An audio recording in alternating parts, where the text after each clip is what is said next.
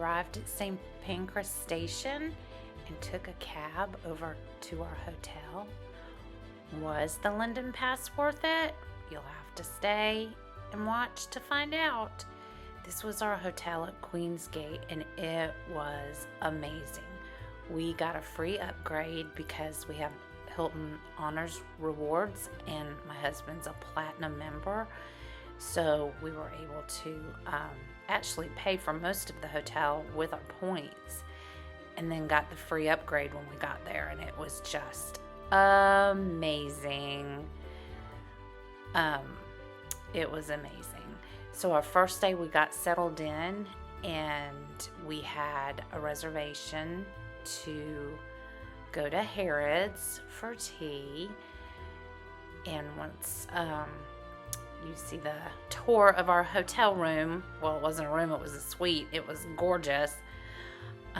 We'll move on to Harrods, which was within walking distance. We were in the South Kensington area, which was close to a lot of things that you could walk to. So we walked down to Harrods on our first day there after we got settled in, and had tea at Harrods, which I had never done that before. It was so awesome.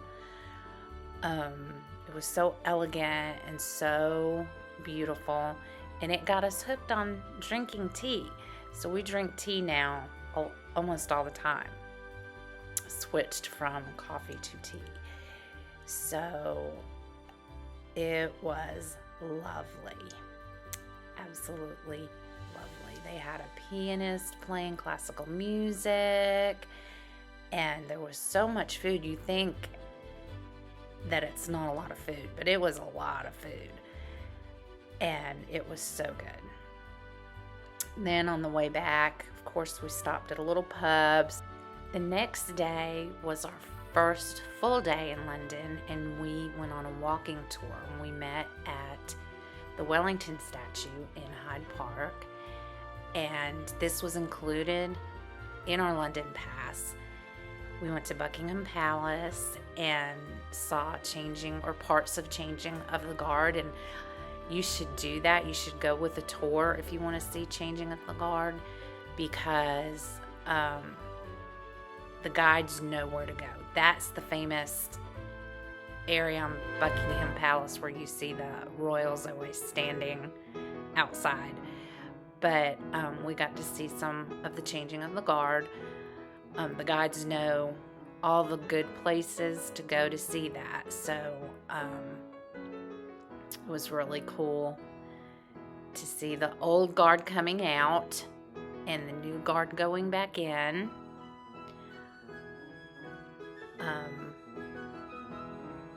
It's very, very cool. After we saw this, we went over to the horse guards, which is where the horses and the horse guards are housed.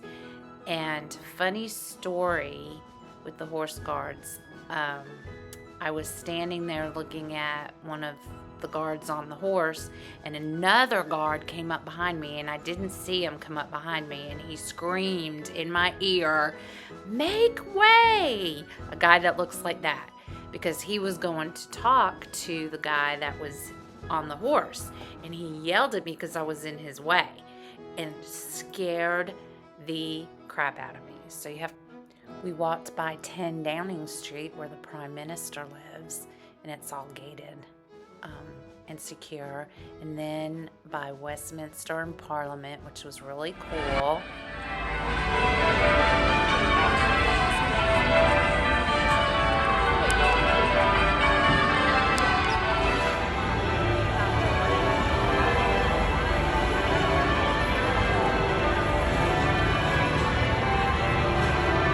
When they're in court, so it's a legal service. It's once a year. It's a service involving the legal profession, and we couldn't get anywhere nearer to it because that crossing on the road was closed.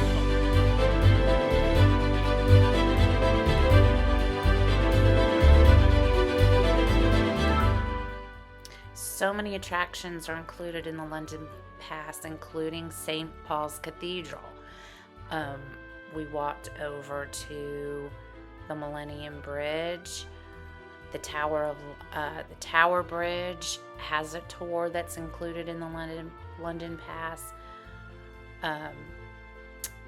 The London Bridge has a tour that's included in the London Pass, and Shakespeare's Globe is included in the London Pass. And these are things that we didn't even take advantage of due to poor planning on our part. But there's so much that's included. And then we ended this day at the George Pub, which is the oldest, only surviving gallery pub in London. So that was kind of cool, and the food was really good there, so we really enjoyed that.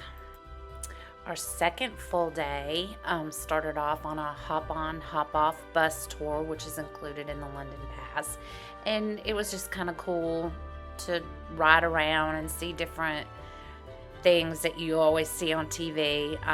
We stopped off at Piccadilly Circus and had lunch at Hard Rock Cafe, which was fun.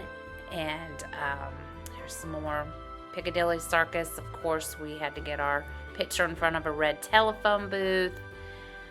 And then we rode over to Trafalgar Square. Took a quick stop at the National Gallery because we're not big art people, but it was kind of cool. I can say that I was there. And then we stopped at Westminster Abbey, which was amazing, and that was included in the London Pass as well. And you didn't have to make a reservation for that.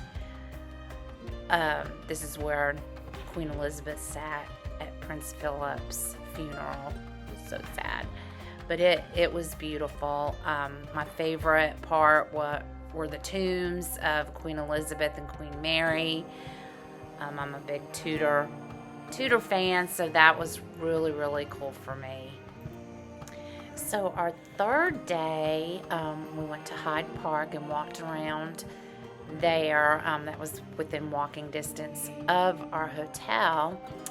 This is Kensington Palace, which is included in the London Pass. And again, due to our poor planning, you have to make a reservation to get in there. Even though it's included, you just have to make sure you call ahead and make your reservation.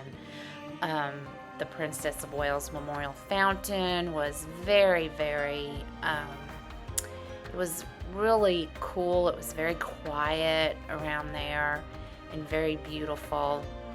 Just a word of advice when you are here and walking around this park, make sure you go to the bathroom before you get there because it's huge and there's no restrooms that are easily accessible. So just some different places. This was the Italian Gardens at the other end of Hyde Park that we walked to. Very beautiful, built in the 1800s. Sam, outside of the ice cream truck, there are also museums that are near Hyde Park as well. This was going into the Natural History Museum, which was really, really cool. I love natural history museums, some gems. Of course, we went to the Victoria and Albert Museum. The museums are free anyway. This was damage to the building from World War II. Our last full day here was spent at the Tower of London, which is included in the London Pass as well. This was probably my favorite thing to do. I love history and I love all the old medieval and Renaissance and Tudor and Elizabethan eras, so this was really, really cool for me. The tower itself was built in 1080, which is almost 1,000 years ago, so that's just it's just amazing to me. Just be sure that you get there early, especially if you want to see the crown jewels. You can't take any pictures in there. This was the monument of where people were beheaded, and then here's the block where people were beheaded. That's the king's house or the queen's house. The dinner there, we had lunch there, and the buffet was like exquisite. It was amazing.